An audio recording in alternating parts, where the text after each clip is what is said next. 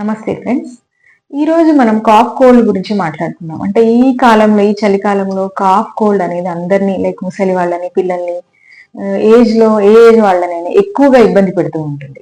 So cough cold వచ్చినప్పుడు అందరూ ఎక్కువగా బాధపడేది కఫం వల్ల. అంటే ముక్కులోంచి నీరు కారడం కానివ్వండి, పసుపచ్చని రంగులో చిక్కగా కారడము, గొంతులో ఏదైనా అడ్డుపడినట్టుగా కఫం లాగా రావడం, అంటే మళ్ళీ మళ్ళీ ఈ కఫం వల్ల మళ్ళీ మళ్ళీ దగ్గు రావడం, ఇవన్నీ కూడా సిమ్టమ్స్ గా మనం చూస్తూ ఉన్నాము. సో ఈ కఫము ఎప్పుడైతే ఎక్కువ అవుతూ ఉంటుందో, సో శరీరంలో ఇతరత్ర లైక్ ఇన్ఫెక్షన్స్ రావడం కానివ్వండి, ఇన్ఫెక్షన్స్ వల్ల లంగ్స్ కి సంబంధించిన వ్యాధులు ఇవన్నీ వస్తూ ఉంటాయి. సో ఈ కఫం తగ్గడానికి ఎటువంటి ఆహార పదార్థాలు తీసుకోవాలో, సో ఎటువంటివి తింటే ఈ కఫాన్ని తగ్గించవచ్చో ఈ వీడియోలో మనం తెలుసుకుందాం. నమస్తే ఫ్రెండ్స్, నా పేరు doctor Kanchana Lakshmi, care herbs Ayurveda clinic, Panjagutta. So ఈ చలికాలంలో కఫము ఎక్కువగా పడడము అంటే మ్యూకస్ ప్రొడక్షన్ అనేది ఎక్కువగా ఉంటుంది. అంటే ఎప్పుడైతే శరీరంలో హిస్టమిన్స్ అనేవి రిలీజ్ అవుతూ ఉంటాయో ఈ మ్యూకస్ ప్రొడక్షన్ జరుగుతూ ఉంటుంది. సో మ్యూకస్ అనేది మనకు ఉపయోగకారిగా కూడా పనిచేస్తుంది. అంటే లైక్ లూబ్రికేషన్ అనే పద్ధతి ద్వారా, అంటే మన కళ్ళు, ముక్కు, నోరు, గొంతు, ఇక్కడ మ్యూకస్ వల్ల లూబ్రికేషన్ జరిగి మన యొక్క ఆర్గాన్స్ సరిగ్గా పనిచేయడం అనేది జరుగుతూ ఉంటుంది. రెండవ రకంగా చూసుకున్నట్టయితే ఈ కఫము డిఫెన్స్ మెకానిజం లాగా పనిచేస్తుంది. అంటే ఎప్పుడైనా ఫారిన్ బాడీ ఏదైనా మన కళ్ళల్లో పడిన కానివ్వండి, ఏదైనా డస్ట్ ముక్కులో వెళ్ళినా, గొంతులో వెళ్ళినా మనకు స్రావాల్లాగా బయటికి వస్తూ ఉంటాయి.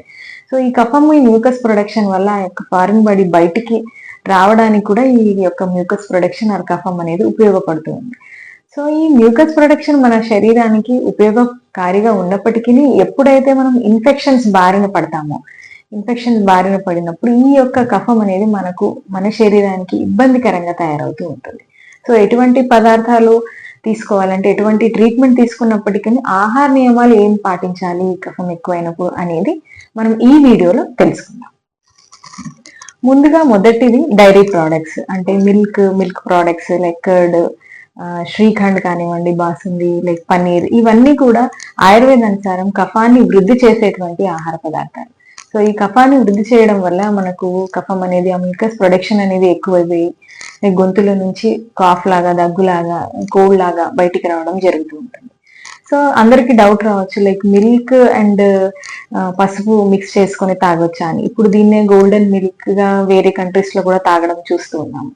సో మిల్క్ కి ఎప్పుడైతే మనము పసుపుని యాడ్ చేస్తామో మిల్క్ యొక్క గుణం అనేది మారిపోయి మనకు కఫం వృద్ధి చేసేటువంటి ఆ తత్వాన్ని అది కోల్పోతుంది, మరియు అది కాఫ్ అండ్ కోల్డ్ లో కూడా మనకు ఉపయోగపడుతుంది.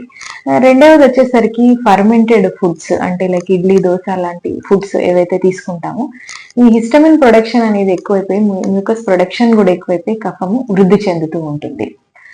మూడవది వచ్చేసి లైక్ బేకరీ ఐటమ్స్ కానివ్వండి, లైక్ ఫాస్ట్ ఫుడ్స్, మనకు పాస్తా, పిజ్జా లాంటివి, ఇట్లాంటివి తీసుకోవడం వల్ల కూడా మనకు అందులో ఉండేటువంటి థికనింగ్ ఏజెంట్స్, యాడిటివ్స్ ఏవైతే ఉన్నాయో వాటి వల్ల కూడా మ్యూకస్ ప్రొడక్షన్ అనేది ఎక్కువ అవుతుంది. మరొక ఫుడ్ ప్రోడక్ట్ చాక్లెట్స్.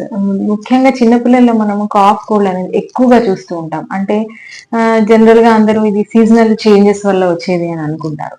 చాక్లెట్స్ ఎప్పుడైతే ఎక్కువగా తింటూ ఉంటారో అందులోనే ఉండేటువంటి methyl xanthines, sugars and like additives ఏవైతే ఉంటాయో, ఫ్యాట్స్ ఏవైతే ఉంటాయో వాటి వల్ల పిల్లల్లో స్టమక్ లోని యాసిడ్ సిక్రిషన్స్ ఎక్కువైపోయి ఆ యాసిడ్ కంటెంట్స్ అనేవి పైకి తంతూ ఉంటాయి. సో దాని వల్ల కూడా ఈ స్టమక్ కి, ఈసోఫాగస్ కి మధ్యలో ఉండేటువంటి ఏదైతే మనకు కవాటం లాంటిది ఏదైతే ఉంటుందో అది లూజ్ అయిపోవడం వల్ల ఆ స్టమక్ కంటెంట్స్ ఊరికే గొంతులోకి రావడం వల్ల గొంతులో ఇరిటేషన్, సోర్ థ్రోట్ లాంటివి వచ్చి పిల్లలకు అధికంగా కాఫ్ అనేది చూస్తూ ఉంటాము. ఇంకొక ఫుడ్ ఐటమ్ వచ్చేసి టీ, కాఫీ.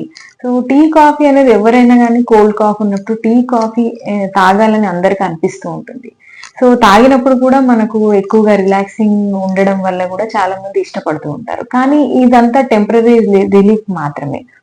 సో ఆ టైంకి మనకు కాఫ్ తగ్గినట్టు అనిపించినప్పటికీ ఈ టీ, కాఫీల వల్ల ఎక్కువగా శరీరంలో డీహైడ్రేషన్ అనేది జరుగుతూ ఉంటుంది. సో మరలా హైడ్రేషన్ కోసం మళ్ళీ మ్యూకస్ ప్రొడక్షన్ అనేది ఎక్కువ అవుతూ ఉంటుంది. సో దీని వల్ల కూడా మనకు కఫం అనేది ఎక్కువగా రిలీజ్ అవుతూ ఉంటుంది. ఇంకొక ఫుడ్ ప్రోడక్ట్స్ వచ్చేసి fried food and spicy foods. So ఈ ఫ్రైడ్ అండ్ స్పైసీ ఫుడ్స్ ఎక్కువగా తీసుకోవడం వల్ల కూడా ఈ డైజెషన్స్ వల్ల ఇబ్బందులు ఏర్పడి యాసిడ్స్ సిక్రిషన్స్ కూడా ఎక్కువగా అయ్యి ఈ స్టమక్ కంటెంట్స్ నోట్లోకి గొంతులోకి రావడం వల్ల కూడా మరలా ఇబ్బందులు తలెత్తి కాఫ్ లాగా బయటికి రావడం జరుగుతుంది. ఇతరత్ర ఆహార పదార్థాలు తీసుకున్నట్టయితే లాస్ట్ లో వచ్చేది కార్బోనేటెడ్ డ్రింక్స్ అండ్ ఆల్కహాల్. ఇవి రెండు కూడా ఇప్పుడు ఎవరైతే మనకు దగ్గు బారిన పడతారో వాళ్ళని మనం ఎంక్వైరీ క్వశ్చన్ చేసినప్పుడు కానీ మేము నిన్ననే కూల్ డ్రింక్స్ ఎక్కువగా తాగామని, సో ఎక్కువగా ఫ్రీజ్డ్ ఐటమ్స్ తిన్నామని, కూల్ కేక్స్ తిన్నామని ఇలా చెప్తూ ఉంటారు.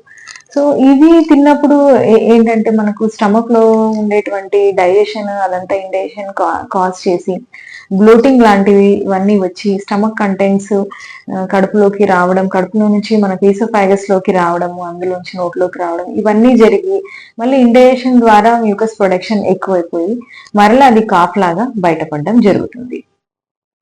సో ఇవన్నీ ఫుడ్ ఐటమ్స్ కూడా మీరు ఖచ్చితంగా మానేస్తే గనక ఈ కఫం యొక్క ప్రొడక్షన్ ని మనం తగ్గించవచ్చు. లైక్ మ్యూకస్ ప్రొడక్షన్ ని తగ్గించి ఈ దగ్గు జలుబు లాంటి సమస్యల నుంచి మీరు సంపూర్ణంగా బయటపడవచ్చు.